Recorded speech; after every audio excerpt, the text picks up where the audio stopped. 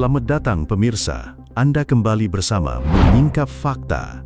Kali ini kami akan membongkar sisi tersembunyi dari sebuah peristiwa besar yang sedang menjadi perhatian publik.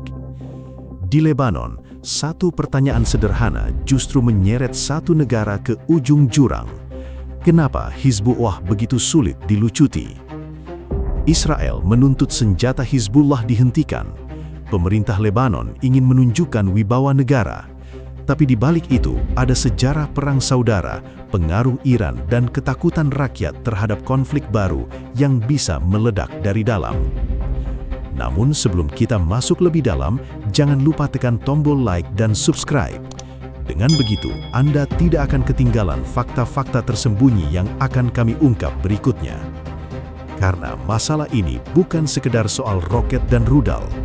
Ini adalah pertarungan tentang siapa sebenarnya yang mengendalikan Lebanon.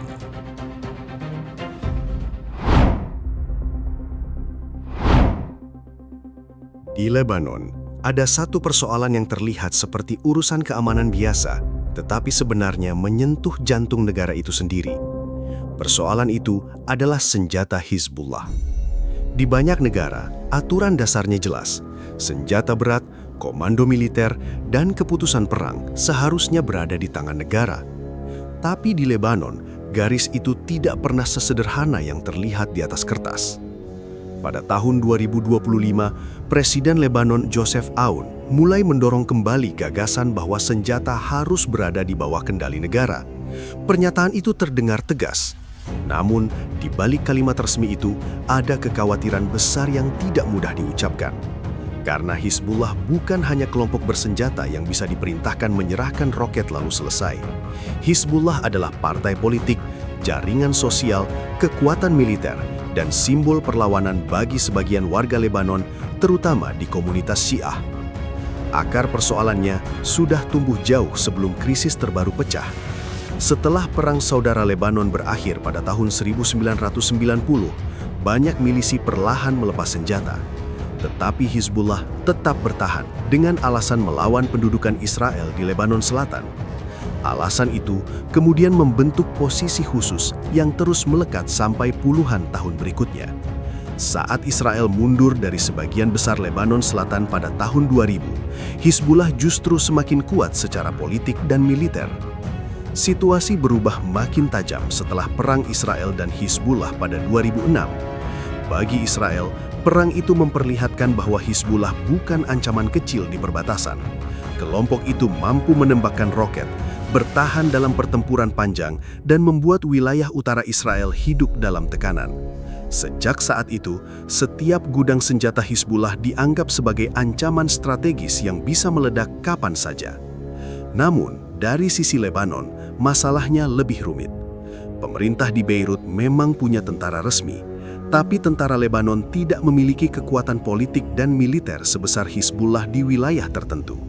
Di beberapa daerah, terutama Lebanon Selatan dan pinggiran selatan Beirut, pengaruh Hizbullah terasa lebih dekat dibanding negara.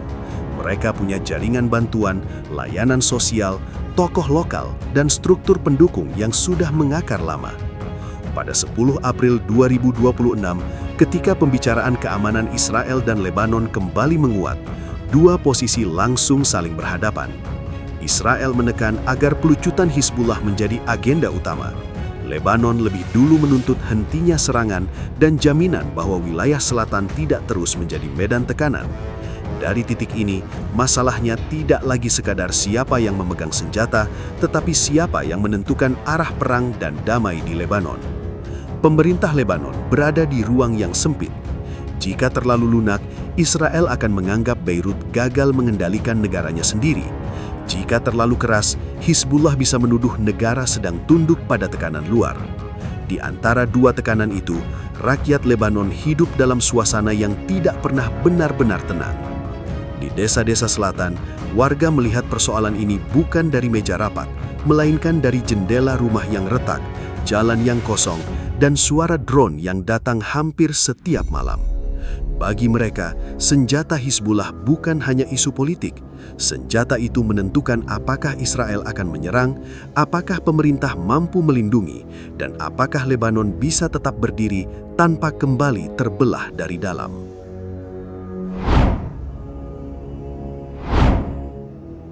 Pada 16 April 2026, gencatan senjata antara Israel dan Lebanon mulai berlaku dengan dukungan Amerika Serikat. Di ruang diplomasi, kabar itu terdengar seperti pintu kecil menuju ketenangan. Tetapi di Lebanon Selatan, banyak warga tidak langsung merasakan damai. Mereka masih mendengar suara pesawat nirawak di langit, melihat jalan-jalan dijaga, dan menerima kabar bahwa beberapa wilayah belum aman untuk ditinggali kembali. Di atas kertas, gencatan senjata seharusnya menghentikan tembakan. Namun di lapangan, jeda itu terasa rapuh. Israel masih memantau pergerakan Hizbullah, sementara Hizbullah tetap menilai keberadaan Israel di sekitar Lebanon Selatan sebagai alasan untuk tidak meletakkan senjata.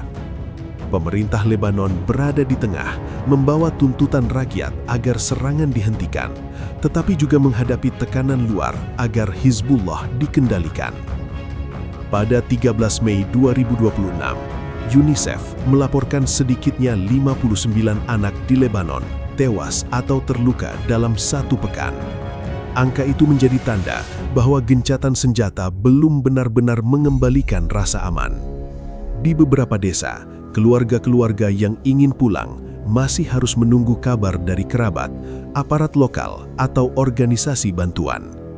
Rumah yang ditinggalkan berminggu-minggu sering ditemukan rusak, kosong, atau terlalu dekat dengan titik yang dianggap berbahaya. Situasi kesehatan juga ikut tertekan. Ketika aktivitas militer masih terjadi, fasilitas medis harus bekerja dalam kondisi yang tidak stabil. Ambulans sulit bergerak bebas, tenaga kesehatan menghadapi risiko di jalan, dan warga sipil yang terluka harus dibawa melewati rute yang berubah-ubah. Bagi orang biasa, perang tidak hanya hadir sebagai ledakan besar, tetapi juga sebagai antrean obat, ruang rawat yang penuh, dan rasa takut setiap kali suara keras terdengar dari kejauhan. Pada 14 dan 15 Mei 2026, pembicaraan Israel dan Lebanon kembali digelar dengan fasilitasi Washington. Hasilnya, gencatan senjata diperpanjang selama 45 hari. Secara diplomatik, ini memberi waktu tambahan, tetapi waktu tambahan itu tidak otomatis menyelesaikan masalah utama. Israel tetap ingin Hizbullah dilucuti, Lebanon tetap ingin penghentian serangan menjadi prioritas. Hizbullah tetap menolak melepas senjata selama menganggap ancaman Israel belum hilang. Di titik inilah, lingkaran buntu terlihat makin jelas. Israel menekan karena melihat Hizbullah masih bersenjata.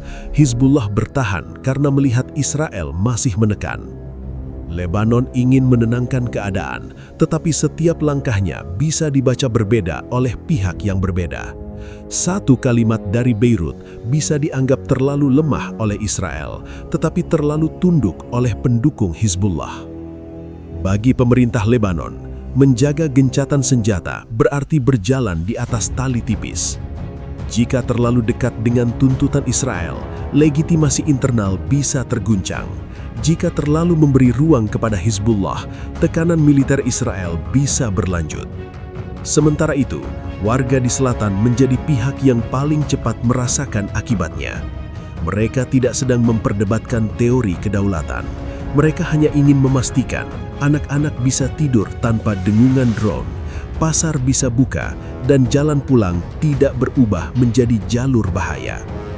Tetapi semakin lama keadaan menggantung, semakin besar pula peluang Hizbullah memanfaatkan ketakutan itu.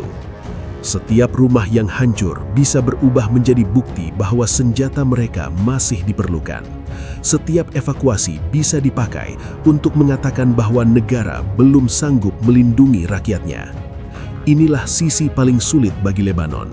Tekanan militer yang dimaksudkan melemahkan Hizbullah justru bisa memberi ruang bagi Hizbullah untuk mempertahankan narasi perlawanan. Di balik meja perundingan, para pejabat bicara tentang mekanisme keamanan. Di lapangan, warga menghitung hari, menunggu apakah perpanjangan gencatan senjata akan menjadi awal ketenangan atau hanya jeda sebelum gelombang berikutnya datang dengan beban yang makin berat di setiap malam panjang.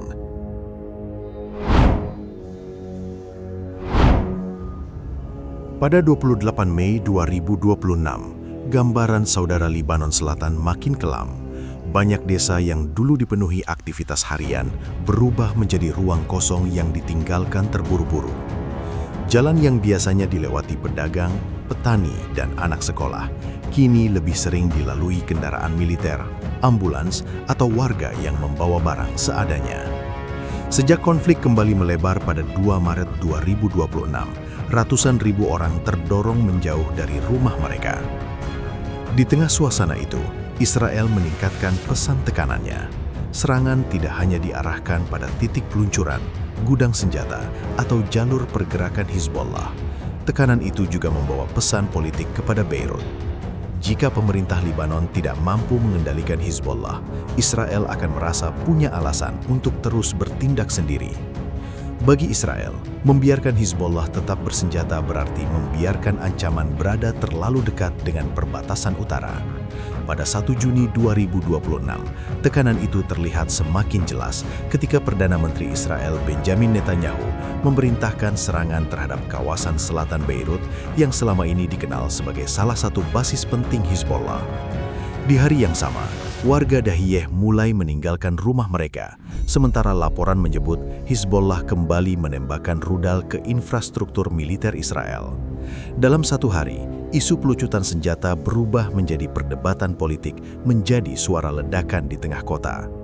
Bagi pemerintah Libanon, inilah posisi paling sempit. Mereka ingin menunjukkan bahwa negara masih punya kedaulatan. Mereka ingin tentara resmi Libanon dihormati sebagai pemegang kendali keamanan. Tetapi di banyak wilayah, realitas di lapangan tidak sepenuhnya mengikuti garis komando negara.